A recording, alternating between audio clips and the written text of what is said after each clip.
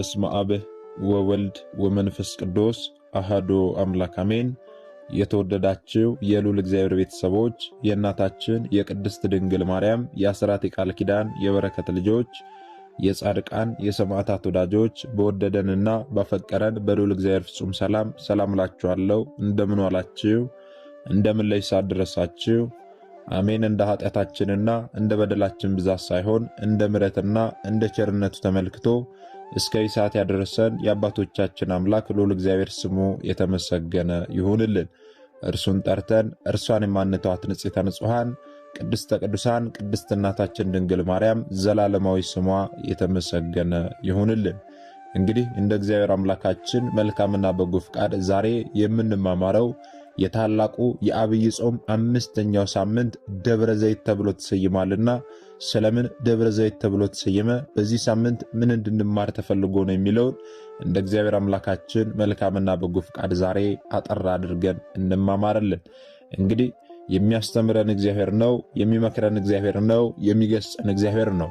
እርሱ በመካከላችን ተገኝቶ የጎደለውን አሟልቶ የተጣመመውን አቃንቶ በአፈ መላእክት አርሞ ያስተምረን ይመክረን ይገስጸን ዘንድ የእርሱ መልካምና በጎ ፍቃዱ ይሁንልን። የእናታችን የንጽሕተ ንጹሐን የቅድስተ ቅዱሳን የቅድስት እናታችን የድንግል ማርያም ምልጃ ተራዳይነቷ በረከቷ ሁሉ በሁላችን ላይ ይደርብን። እንግዲህ ወደ ዛሬው ትምህርታችን ስንገባ ታዲያ ቅድስት ቤተ ክርስቲያናችን ታላቁን የአብይ ጾም በ8 ሳምንታት ከፍላ ለስምንቱም ሳምንታት ደግሞ የየራሳቸውን ስያሜ ሰጥታ እኛን ታስተምርበታለች። የመጀመሪያውን የአብይ ጾም ሳምንት ዘወረደ ወይም ደግሞ የወረደ ብላ ሰይማ ጌታችን መድኃኒታችን ኢየሱስ ክርስቶስ ከሰማያት ሰማያት መውረዱን ከእናታችን ከመቤታችን ከቅድስት ድንግል ማርያም መወለዱን በመጀመሪያው የአብይ ጾም ሳምንት ታስተምረናለች። ሁለተኛውን ሳምንት ቅድስት ብላ ሰይማ ጌታችን መድኃኒታችን ኢየሱስ ክርስቶስ ቅድስና የባህሪ ገንዘቡ እንደሆነና ስለ ሰንበታት ቅድስና በስፋት ታስተምራለች። ሶስተኛውን የአብይ ጾም ሳምንት ምኩራብ ብላ ሰይማ ጌታችን መድኃኒታችን ኢየሱስ ክርስቶስ በአይሁድ ምኩራቦች እየገባ እንዳስተማረና እንዲሁም ደግሞ ቤተ መቅደሱን እንዳስከበረ ታስተምረናለች። አራተኛውን የአብይ ጾም ሳምንት መጻጉዕ ብላ ሰይማ ለ38 ዓመት ሙሉ በአልጋ ቁራኛ በደዌ ዳኛ ተይዞ የነበረውን ሰው ጌታችን መድኃኒታችን ኢየሱስ ክርስቶስ እንደፈወሰው ሌሎች ሕሙማንንም ጭምር እንዳዳናቸው በአራተኛው የአብይ ጾም ሳምንት ታስተምረናለች ማለት ነው። እነዚህን በባለፈው ትምህርቶቻችን ላይ ወቅቶቻቸውን እየጠበቀን በስፋት ተማምረናልና እነርሱን መማማር ከፈለጋችሁ ወደኋላ መለስ ብላችሁ መመልከት ይኖርባቸዋል ማለት ነው። ዛሬ የምንማማረው ቅድስት ቤተ ክርስቲያናችን አምስተኛውን የአብይ ጾም ሳምንት ደብረ ዘይት ብላ ሰይማለች። ይህ ደብረ ዘይት እኩለ ጾም ነው ወይም ደግሞ የጾሙ እኩሌታም ጭምር ነው። ታዲያ ይህ ሳምንት ስለምን ደብረ ዘይት ተብሎ ተሰየመ? ደብረ ዘይት ማለት በራሱስ ምን ማለት ነው የሚለውን ልናውቅ ያስፈልጋልና ይህንን አጠር አድርገን እንመለከታለን። ከስሙ ትርጓሜ ጀምሮ አንስተን ስንመለከት ደብር ማለት ተራራ ማለት ነው። ዘይት ማለት ደግሞ ወይራ ማለት ነው። ለምሳሌ ደብረ እከሌ፣ ደብረ ኤዶም፣ ደብረ ገነት እያልን ስንጠራ ደብር ስንል ተራራ ማለታችን እንደሆነ ልታውቅ ያስፈልጋል። ስለዚህ ደብረ ዘይት ማለት የወይራ ዛፍ የሞላበት የበዛበት የወይራ ተራራ ማለት ነው። ይህ ተራራ በመጽሐፍ ቅዱስ ውስጥ የሚገኙ ብዙ ድርጊቶች የተፈጸሙበት ታላቅ ቦታ ነው። ጌታችን መድኃኒታችን ኢየሱስ ክርስቶስ ስለ ቤተ መቅደስ መፍረስ፣ ስለ ዓለም ፍጻሜና ስለ ዳግም ምጽአት በዚህ ተራራ ላይ በትንቢት መልክ ተናግሯል። የማቴዎስ ወንጌል ምዕራፍ 24 ቁጥር 3 እንደምትመለከቱት በዚሁ ተራራ ላይ ደግሞ ወደ ሰማይ አድርጓል። የሉቃስ ወንጌል ምዕራፍ 24 ቁጥር 50 ላይ እንደምታገኙት በዚሁ ተራራ ላይ ቀን በከተማና በገጠር ሲያስተምር ውሎ ሌሊት የሚያድርበት የኤሎን ዋሻ ይገኛል። በኋላኛው ዘመንም ምጽአቱ በዚሁ ተራራ ላይ እንደሚገለጥ ትንቢት ተነግሯል ማለት ነው በትንቢተ ዘካርያስ ምዕራፍ 14 ቁጥር 3-5። ስለዚህ ይህ ደብረ ዘይት ታላቅ የሆነ ቅዱስ ስፍራ ነው። በዚህ ተራራ ላይ እርሱም በደብረ ዘይት ተቀምጦ ሳለ ደቀ መዛሙርቱ ለብቻቸው ወደ እርሱ ቀርበው ንገረን፣ ይህ መቼ ይሆናል? የመምጣትህና የዓለም መጨረሻ ምልክቱስ ምንድን ነው አሉት ይላል የማቴዎስ ወንጌል ምዕራፍ 24 ቁጥር 3 ላይ ማለት ነው። ስለዚህ ቅድስት ቤተ ክርስቲያናችን በሊቁ በቅዱስ ያሬድ አማካኝነት አምስተኛውን የአብይ ጾም ሳምንት ደብረ ዘይት ብላ ሰይማ ጌታችን መድኃኒታችን ኢየሱስ ክርስቶስ ለደቀ መዛሙርቱ የዳግም ምጽአቱን የዓለም ፍጻሜን የትንሣኤ ሙታንን ትምህርት በሰፊው ስላስተማረ ያንን ዛሬ በዚህ ሳምንት ላይ ለእኛ ለልጆቿ ታስተምርበታለች ማለት ነው። ታዲያ ደቀ መዛሙርቱ ይህንን ጥያቄ ወደ እርሱ ቀርበው እንዲጠይቁ ያደረጋቸው ነገር ምንድን ነው? እንዲሁም ደግሞ ጥያቄያቸውስ እንዴት ነበር የሚለውን ደግሞ ልናውቅ ያስፈልጋል። ታዲያ ከዕለታት በአንደኛው ቀን ደቀ መዛሙርቱ የቤተ መቅደሱን ስነ ሕንፃ በትኩረት እያንዳንዱን ነገር እየተመለከቱ እጅጉን አደነቁ።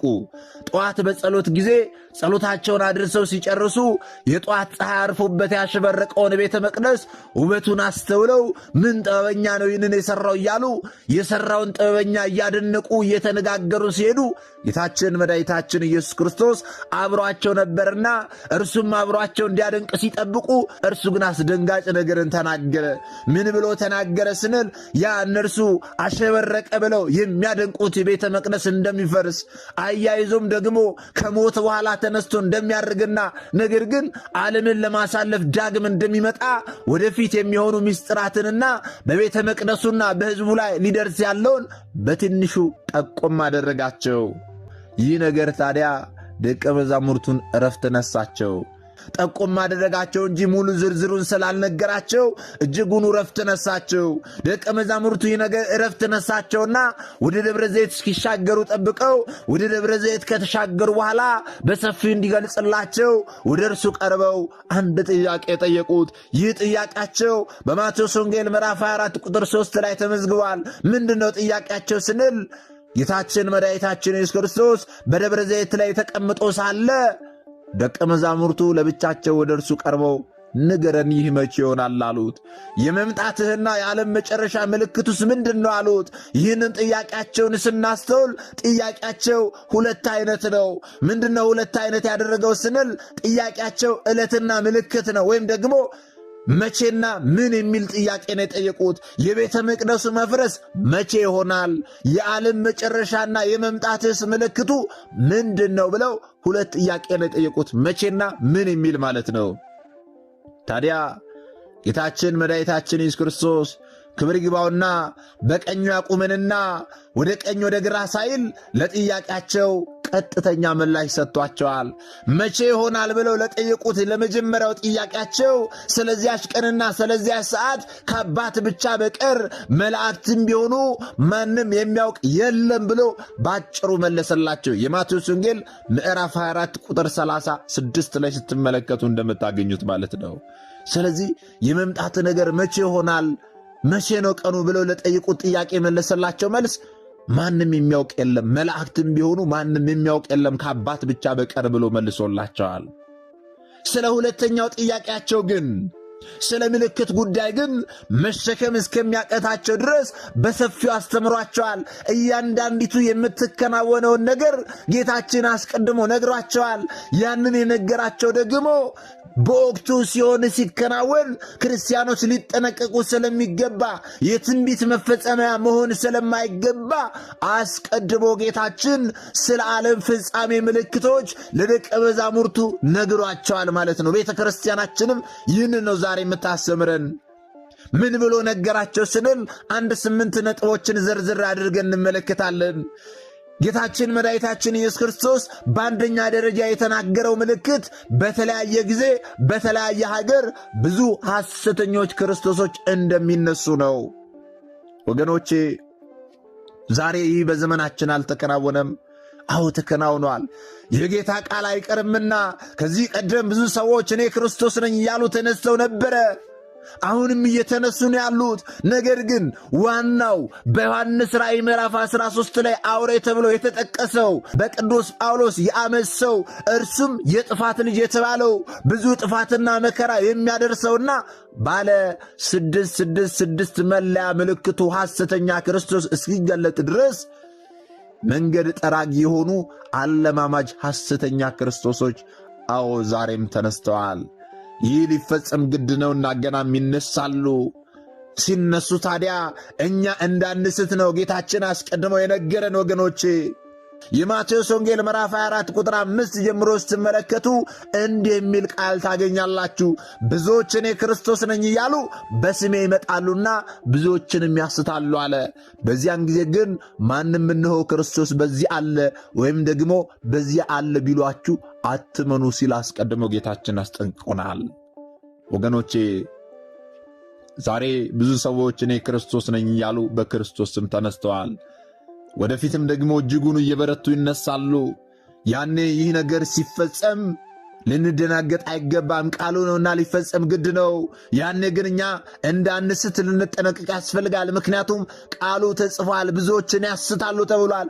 እኛ ከሚስቱት ወገን እንዳንሆን አስቀድመን ልንጠነቀቅ ያስፈልጋል። ይህንን ስንመለከት ደግሞ የዓለም ፍጻሜ ምልክት እንደሆነም ልናውቅ ያስፈልጋል። ያን ጊዜ ቆም ብለን ንስሐ ልንገባ ሥጋውና ደሙን ልንቀበል ያስፈልጋል። ወገኖቼ አዎ ዛሬ ብዙዎች እኔ ክርስቶስ ነኝ እያሉ በየሚዲያው ላይ እንመለከታለን። በተለያዩ ሀገሮች ላይ የተነሱ ነው። ይህ የሚያሳየን የዓለም ፍጻሜ መቃረቡን ነው።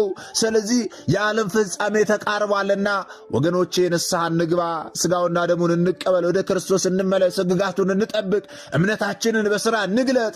ሁለተኛው ምልክት ደግሞ ጦርነት ነው። ጦርነት ድሮም ነበረ። የዚህ ዘመን ጦርነት ግን የበዛና በብዙ ሀገራት የሚካሄድ ነው። የድሮ ጦርነት ሴቶችን፣ አቅመ ደካሞችን፣ ሽማግሌዎችንና ሕፃናትን ለእልቂት የማያጋልጥ ነበረ። የዘመናችን ጦርነት ግን ማንንም የማይለይ፣ ለማንም የማይራራ፣ ሁሉንም የሚደፈጥጥ፣ የሁሉንም ደም የሚያፈስ፣ አሰቃቂነቱ ከመገለጫ ቋንቋ በላይ የሆነ ጦርነት እንደሚነሳ አስቀድሞ ነግሮናል። ይህንንም ደግሞ ጌታችን መድኃኒታችን ኢየሱስ ክርስቶስ የዳግም ምጽአቱን ምልክት ለጠየቁት ለደቀ መዛሙርቱ ሁለተኛ ምልክት አድርጎ ነው የነገራቸው። በዚህ በማቴዎስ ወንጌል ምዕራፍ 6 ቁጥር 7 ላይ ጦርንም የጦርንም ወሬ ትሰሙ ዘንድ አላችሁ፣ ይህ ሊሆን ግድ ነውና ተጠበቁ፣ አትደንግጡ። ዳሩ ግን መጨረሻው ገና ነው፣ ሕዝብ በሕዝብ ላይ መንግሥትም በመንግሥት ላይ ይነሳልና ተብሎ አስቀድሞ ተጽፎልናል። ወገኖቼ እነዚህ ነገሮች አሁን እየተከናወኑ አይደለም ወገኖቼ። አዎ ጦርንም የጦርንም ወሬ ስንሰማ ቆይተናል። እስካሁን እየሰማን ያለነው በሀገራችን ኢትዮጵያን በሌሎችም ቦታዎች ላይ ጦርነትንም የጦርነትንም ወሬ እየሰማን ነበረ። ነገር ግን አሁን እየተከናወነ ያለው ጦርነት እጅጉን እየከፋ ነው ወገኖቼ። ሀገራት ጎራ እየለዩ እርስ በርስ ለመጠፋፋት ሚሳኤሎችን እያዘጋጁ ያሉበት ዘመን ነው። በዚህ መሃል ብዙ ሰዎች ይሞታሉ፣ ይደፈጠጣሉ። እከሌ ነው እከሌ ላይ ሳይል ብዙዎችን የሚያጠፋ ጦርነት ሊከናወን ነው ወገኖቼ። ይህ የዓለም ፍጻሜ መጨረሻ ምልክት ነው። ይህም ብቻ አይደለም፣ ሕዝብ በሕዝብ ላይ ይነሳል፣ መንግሥት በመንግሥት ላይ ይነሳል ብሏል። ሕዝብ በሕዝብ ላይ አልተነሳም ወገኖቼ። በሃይማኖት በዘር በጎሳ እየተከፋፈለ እርስ በርስ ሕዝቡ እየተላለቀ አይደለም። አዎ ነው። መንግሥታት እርስ በርስ ለመጠፋፋት ጦርነት እየጀመሩ አይደለም። አዎ ነው። ታዲያኛ ምን እየጠበቀን ያለ ነው ወገኖቼ? የዓለም ፍጻሜ ምልክቱ እየተከናወነ ነውና ራሳችንን ቆም ብለን ልንፈትሽ ያስፈልጋል። ወደ ክርስቶስ እንመለስ፣ ንስሐ እንግባ፣ ሥጋውና ደሙን እንቀበል። ሦስተኛው ደግሞ ረሃብ ነው። የረሃብ ወሬ ወደ ሌላ ሀገር መሄድ ሳያስፈልገን በገዛ ሀገራችን የምናየው የምንዳስሰው ያለ እውነት ነው። ይህም ደግሞ የዓለም ፍጻሜ ሦስተኛ ምልክት ሆኖ በጌታችን ለደቀ መዛሙርቱ ተነግሯል። የማቴዎስ ወንጌል ምዕራፍ 24 ቁጥር 7 ላይ ረሃብም ቸነፈርም በልዩ ልዩ ስፍራ ይሆናል ይላል። ወገኖች ይህ የተከናወነ አይደለም። ምናልባት እኔና እናንተ በቀን 3 በልተን እናድር ይሆናል። ነገር ግን በቀን አንዴ መብላት የተሳናቸው ብዙ ሰዎች አሉ፣ በየሀገሩ የተፈናቀሉ። በቀን አንዴ አይደለም በሁለት ቀን አንዴ እንኳን መመገብ ያልቻኑ ብዙ በረሃብ በቸነፈር በስቃይ የሚሰቃዩ ብዙ ሰዎች አሉ።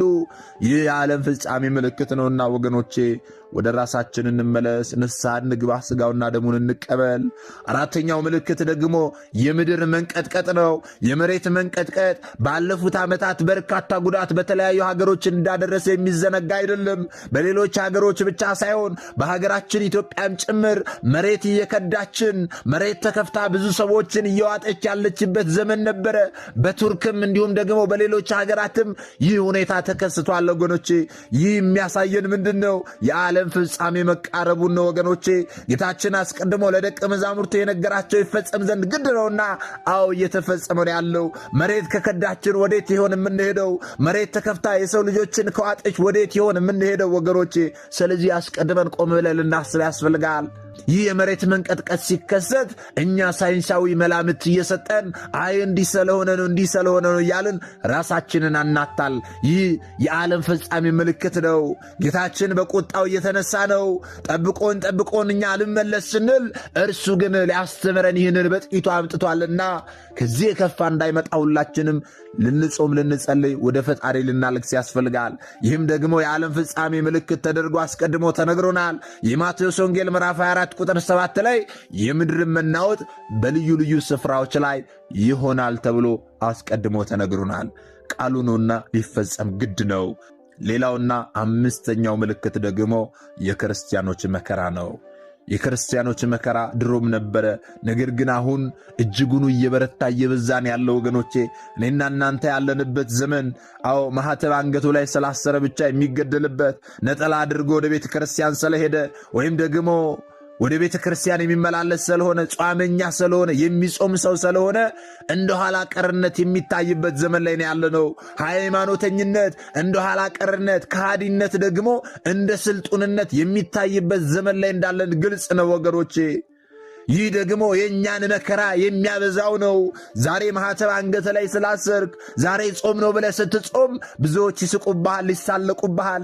አስቀድሞ በማቴዎስ ወንጌል ምዕራፍ 24 ቁጥር 9 ላይ እንዲህ ተብሎ ተነግሮናል። በዚያን ጊዜ ለመከራ አሳልፈው ይሰጧችኋል፣ ይገድሏችሁማል። ስለ ስሜም በአሕዛብ ሁሉ ዘንድ የተጠላችሁ ትሆናላችሁ ተብለናል። ዛሬ አሕዛብ እርስ በርስ ይሳሳባል፣ ይጠራራል። ምን ለማድረግ ሲባል እኛ ክርስቲያኖች ላይ መከራ ሊያጸኑብን ሊያበዙብን ማለት ነው። በስሜ በአሕዛብ ሁሉ ዘንድ የተጠላችሁ ትሆናላችሁ ተብለናል።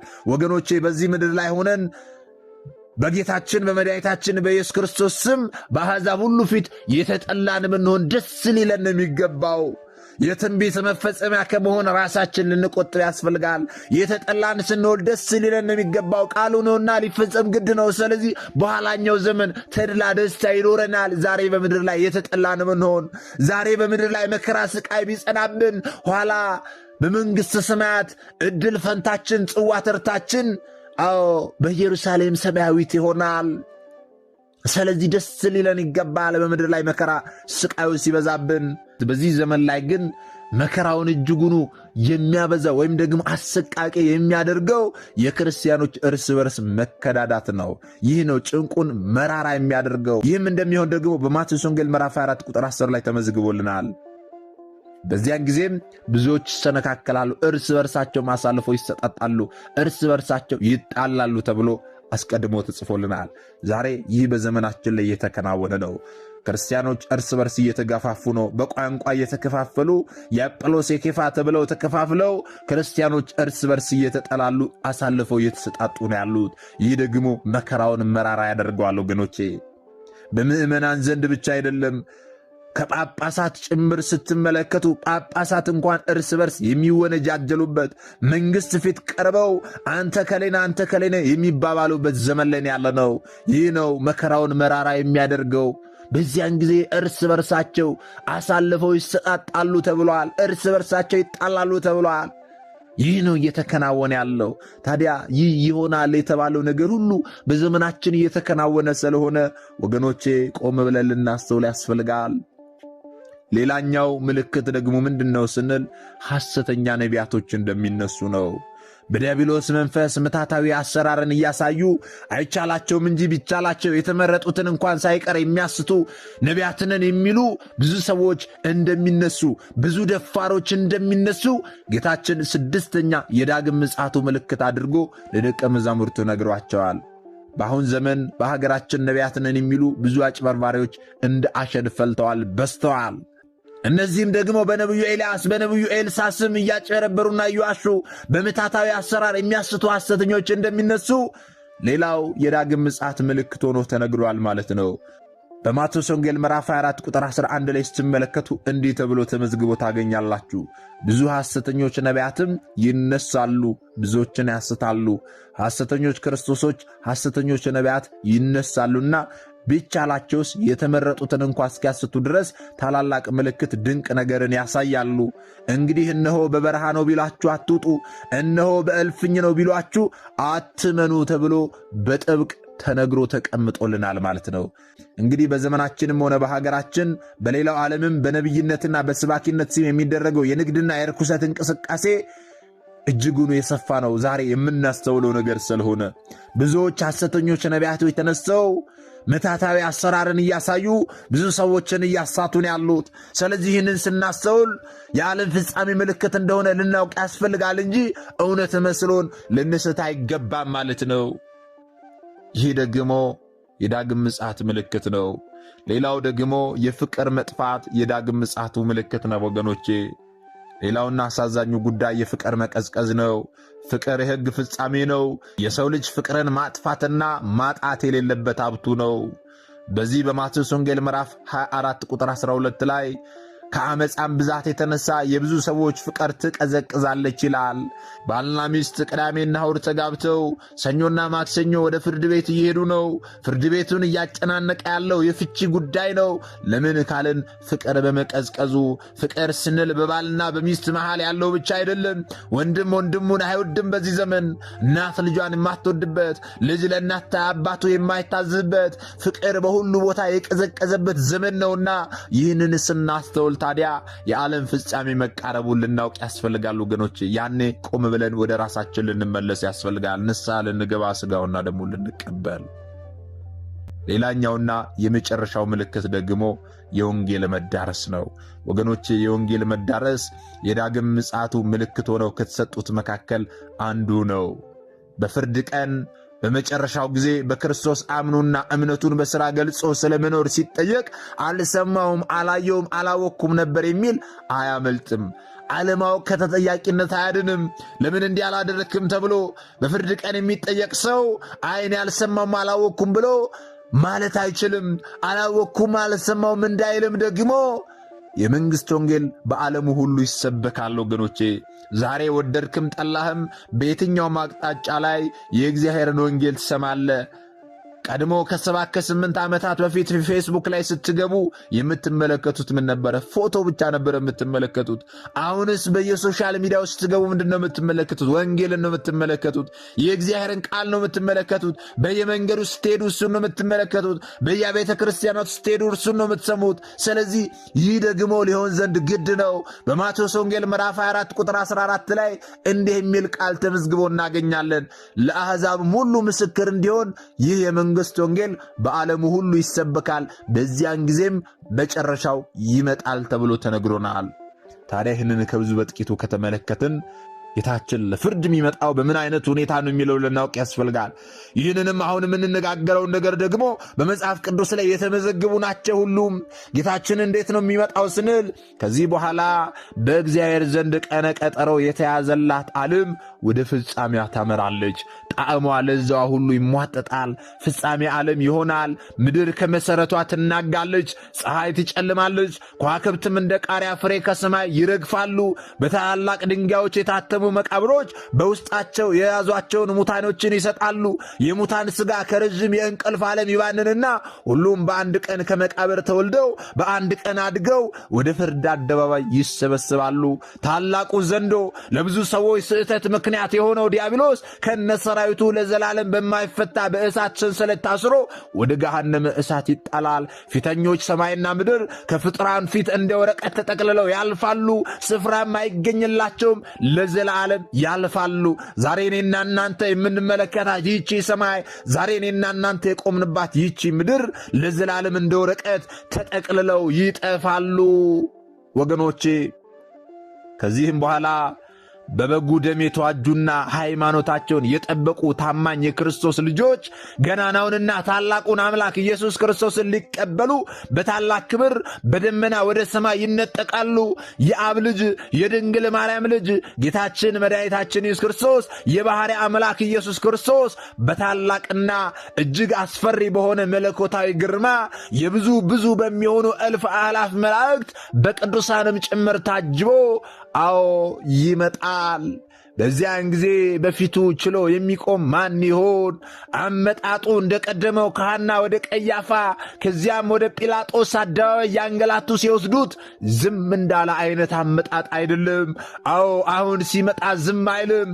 የሚመጣው በሚያስፈራና በሚያስደነግጥ መለኮታዊ ግርማና ክብር ነው። መጥቶም ዝም አይልም። እሳት በፊቱ ይነዳል። ኃጣንን ከፊቱ ጠራርጎ ወደ ገሃነመ እሳት የሚጨምር ጥቅል አውሎ ነፋስ አብሮት አለ። እረኛ በጎቹን ከፍየሎቹ እንደሚለይ ጻድቃንን በቀኙ ኃጣንን በግራው ለይቶ ያቆማቸዋል። በቀኙ ያሉትን እንዲህ ይላቸዋል፣ እናንተ የአባቴ ብሩካን ወደ እኔኑ ወደ አባታችሁ መንግሥተ ሰማያት ግቡ ብሎ ለዘላለም የሕይወትን ቃል ያሰማቸዋል። የሕይወትን ቃል አሰምቷቸው የዘላለም ሕይወትን ይሰጣቸዋል። ለዘላለም ሕይወት ይጠራቸዋል።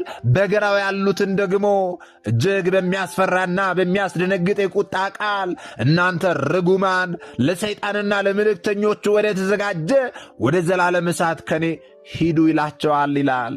ወገኖች ይህንን ቃል ከመስማት እርሱ ይሰውረን። በቸርነቱ በምሕረቱ እርሱ ይሰውረን። የትኛውን ቃል ለመስማት ይሆን አሁን ተዘጋጅተን ያለነው? እናንተ የአባቴ ብሩካን የሚለውን ቃል ለመስማት የሚያበቃ መልካም ሥራዎችን ሰርተን ይሆን?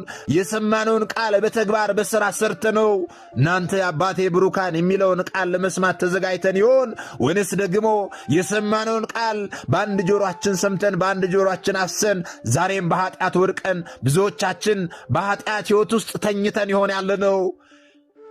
እናንተ ርጉማን ከኔ ሂዱ ለሰይጣንና ለመልእክተኞች ወደ ተዘጋጀ የዘላለም እሳት ከኔ ውግዱ የሚለውን ቃል ለመስማት የሆነ የተዘጋጀ ነው? ወይንስ ደግሞ እናንተ የአባቴ ብሩካን የሚለውን ነው? እዚህ ጋር ነው ቆም ብለን ልናስተውል የሚያስፈልገው። ጌታችን የዓለም ፍጻሜ ምልክቶችን ነገራቸው። ከዚያም በኋላ ጌታችን እንዴት እንደሚመጣ በምን አይነት ግርማ እንደሚመጣ አሁን አንስተን ተመለከትን።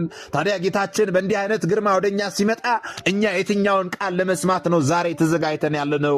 ኢየሩሳሌም ሰማያዊት ለባሏ እንደተሸለመች ሙሽራ ተዘጋጅታ ከእግዚአብሔር ዘንድ ትወርዳለች፣ ማለትም ደግሞ ለምእመናን ትሰጣለች። ምእመናንም ርስት መንግሥተ ሰማያትን ይወርሳሉ።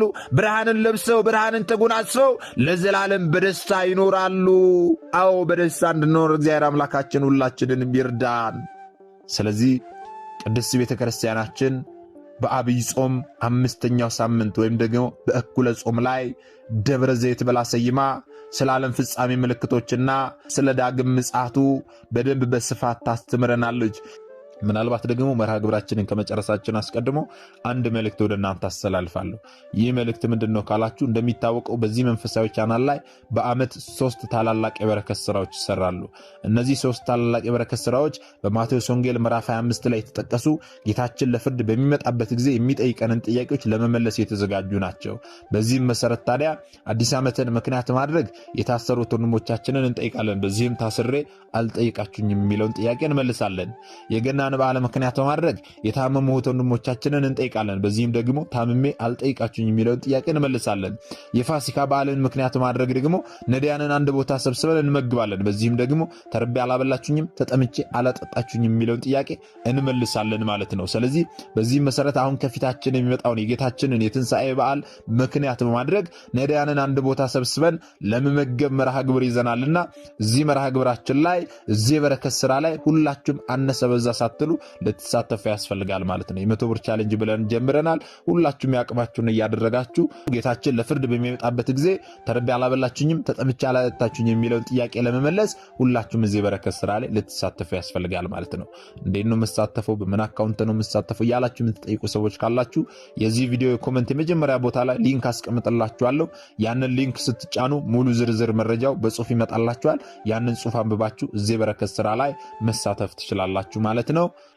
ምናልባት ደግሞ ዛሬ ገና ወደዚህ መንፈሳዊ ቻናል የመጣችሁ ሰዎች ካላችሁ ከዚህ ፊት የተማማርነውም ከዚህ በኋላ የምንማማረው መንፈሳዊ አስተምሮች ወደ እናንተ እንዲደርሱ ከፈለጋችሁ ሰብስክራይብ አድርጋችሁ የደወል ምልክቱን መጫን ይኖርባችኋል። ምክንያቱም ይህ ቴክኖሎጂ ያመጣው ስርዓት ነው፣ እኔ ያልኩት አይደለም። ይህንን ካደረጋችሁ ዕለት ዕለት ከዚህ የሚለቀቁ አስተምሮች ወደ እናንተ ይደርሳሉ። ይህንን ካላደረጋችሁ ደግሞ ዛሬ እንዳጋጣሚ ይህንን አስተምሮ ሰምታችሁ ሊሆን ይችላል፣ በቀጣይ ከዚህ የሚለቀቁ አስተምሮች ወደ እናንተ አይደርሱም ማለት ነው። ስለዚህ ወደ እናንተ እንዲደርሱ ከፈለጋችሁ ሰብስክራይብ አድርጋችሁ የደወል ምልክቱን መጫን ይኖርባችኋል ማለት ነው። እግዚአብሔር አምላካችን እስካሁን ሰዓት ጠብቆ ያስተማረን የመከረን የገሰጸን የአባቶቻችን አምላክ ልዑል እግዚአብሔር ስሙ የተመሰገነ ይሁንልን። ወስብሐት ለእግዚአብሔር ወለወላዲቱ ድንግል ወለመስቀሉ ክቡር። ይቆየን።